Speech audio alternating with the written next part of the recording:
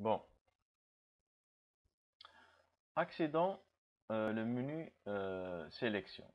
Pour sélectionner toute l'image, il suffit de cliquer sur tout sélectionner et il va sélectionner la totalité de l'image.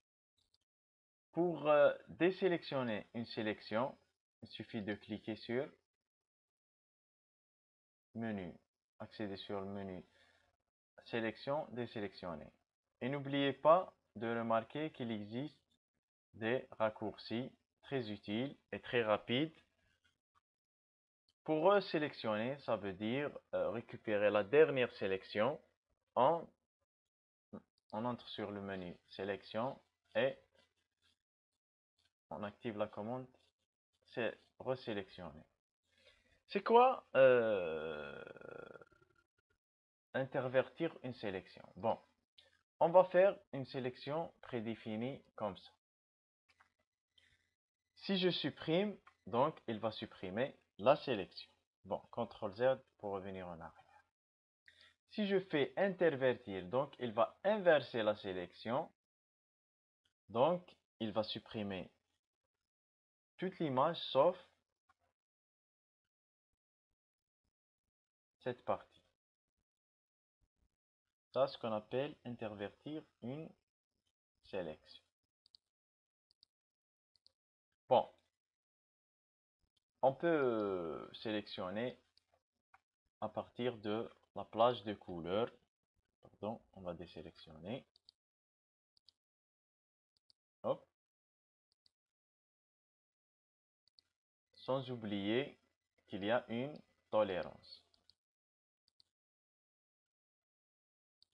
Nous avons ici l'option, la nouvelle option améliorer le contour. C'est pas le moment ni la place pour parler de ça.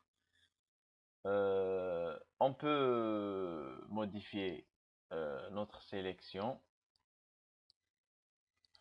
Par exemple, on peut délater la sélection, on peut la lisser, on peut créer un cadre, la contracter ou bien faire un contour progressif. Bon, on va voir maintenant les deux commandes, la commande étendre et la commande généraliser. Bon, on va faire une sélection dans le blanc comme ça et on va dire étendre. Qu'est-ce qu'on remarque? On remarque qu'il a plutôt sélectionné tout l'espace vert. واش دار هنايا sélectionna كاع l'espace blanc. Pardon. On va répéter la même chose avec la commande généraliser. Hop, elle a fait la même chose. Bon, la différence entre la commande étendre et généraliser, c'est que étendre, elle n'entre pas dans les objets pour chercher la couleur sélectionnée. Si j'ai une surface blanche ici, dans la pomme, avec la commande étendre, il ne peut pas accéder à cette surface. Par contre, avec la commande généraliser, il va entrer dans l'intérieur des objets. Bon, on va revenir en arrière avec Alt, CTRL et Z. Alt, CTRL et Z. Bon, on peut aussi transformer une sélection. On peut transformer une sélection.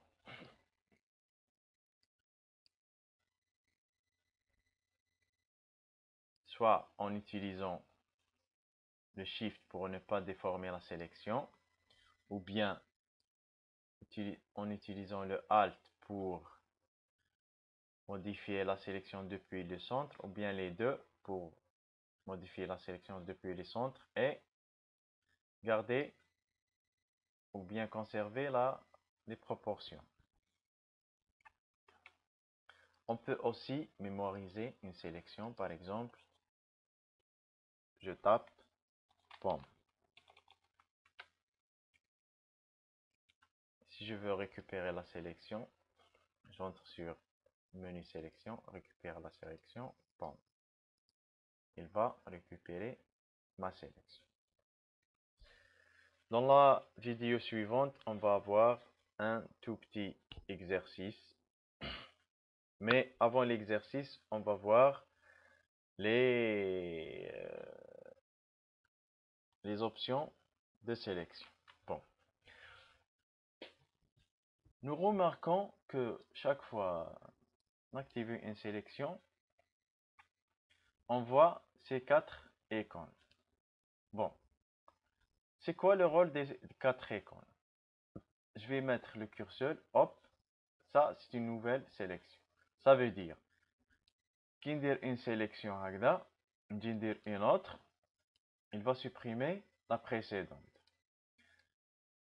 Si je tape l'option deuxième, donc il va ajouter à la sélection. Il va garder ma sélection, il va ajouter à la sélection. Regarde. Si on tape ou bien on bascule vers le troisième choix, il va supprimer de la sélection. Regarde. Et si on bascule vers le quatrième choix, il va faire l'intersection des sélections. Bon, on va voir l'exercice.